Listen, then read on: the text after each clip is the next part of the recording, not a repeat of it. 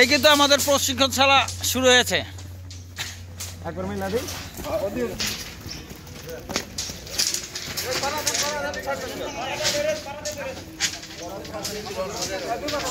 এই হচ্ছে আমাদের প্রশিক্ষণশালা।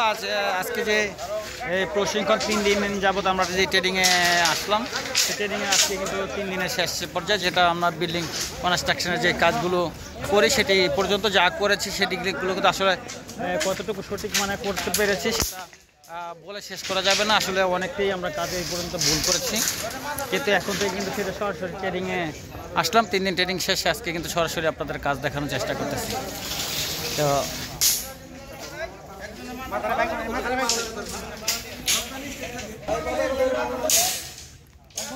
তো দেখতেছেন